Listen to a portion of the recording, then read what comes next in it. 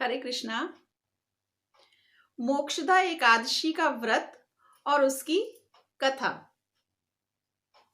ब्रह्मांड पुराण में मार्गशीर्ष महीने के शुक्ल पक्ष में आने वाली मोक्षदा एकादशी का महात्म्य भगवान श्री कृष्ण युधिष्ठिर से कहते हैं कि युधिष्ठिर महाराज ने जब पूछा कि हे देवेश्वर, मार्गशीर्ष के शुक्ल पक्ष में आने वाली एकादशी का क्या नाम है, उसे किस प्रकार करना चाहिए, किस देवता की पूजा करनी चाहिए, देवता को किस प्रकार पूजना चाहिए, कृपया इस विषय पर विस्तार से हमें कहें।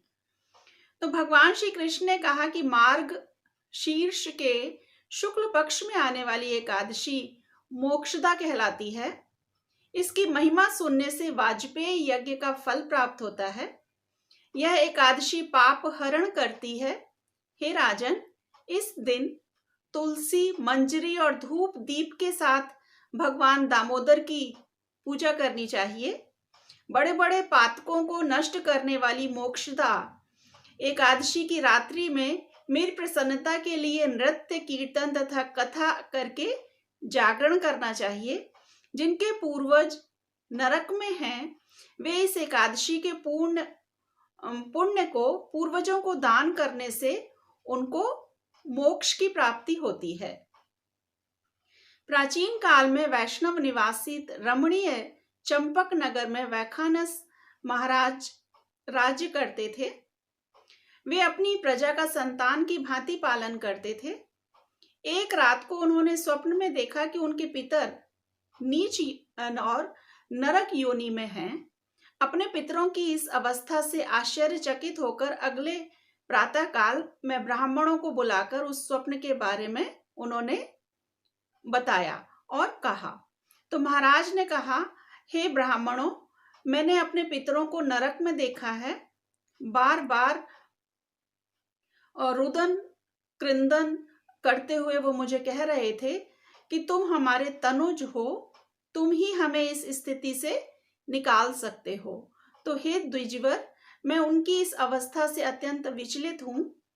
क्या करना चाहिए, मुझे कहाँ जाना चाहिए, कुछ समझ नहीं आता। हे द्विज श्रेष्ठ, कौन सा व्रत, तप या योग करने से मेरे पूर्वजों को नरक से उद्धार होगा, ऐसा राजा ने ब्राह्मणों से पूछा।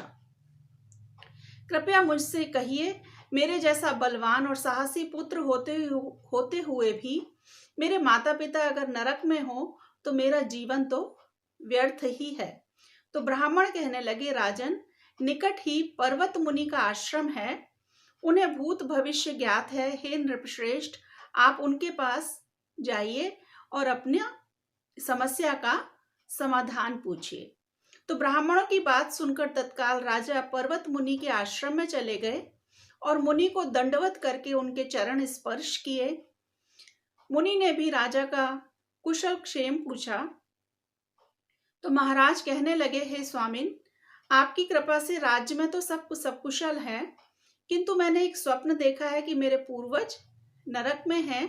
कोई से पुण्य से उनको मुक्ति मिलेगी, कौन से ऐसे पुण्य से मुक्ति उनको मिलेगी, कृपया आप हमें मुझे बताइए। तो राजा के वचन सुनकर मुनि कुछ काल ध्यानस्थ हुए और राजा से कहा कि महाराज, मार्गशीर्ष महीने के शुक्ल पक्ष में मोक्षदा एकादशी आती है।